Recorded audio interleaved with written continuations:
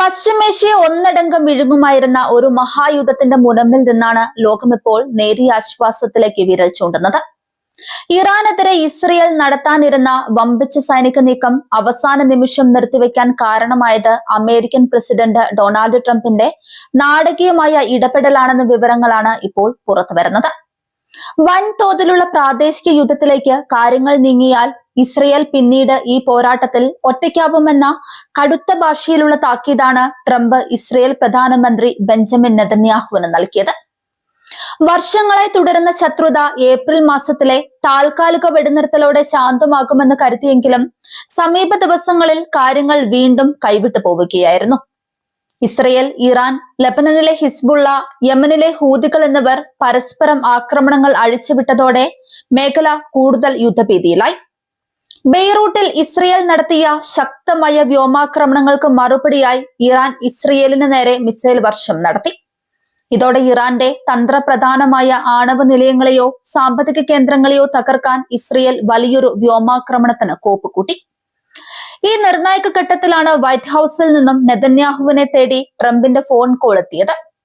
ഇറാനുമായി United States ഒരു ചരിത്രപരമായ സമാധാന കരാറിന് ശ്രമിക്കുന്ന പശ്ചാത്തലത്തിൽ ഇസ്രയേലിന്റെ ഭാഗത്തു നിന്നുള്ള യാതൊരുവിധ പ്രകോപനങ്ങളും അനുവദിക്കില്ലെന്ന് ട്രംപ് വ്യക്തമാക്കി.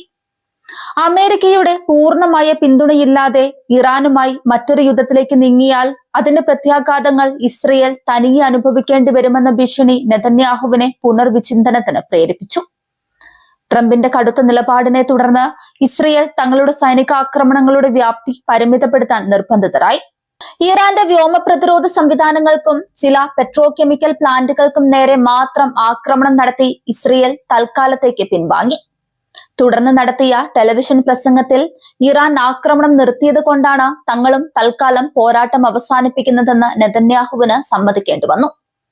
എങ്കിലും ഭാവിയിൽ തങ്ങൾക്ക് നേരെ ഉണ്ടാകുന്ന ഏത് നീക്കത്തിനും ശക്തമായ തിരിച്ചടി നൽകുമെന്ന് അദ്ദേഹം പ്രഖ്യാപിച്ചിട്ടുണ്ട്.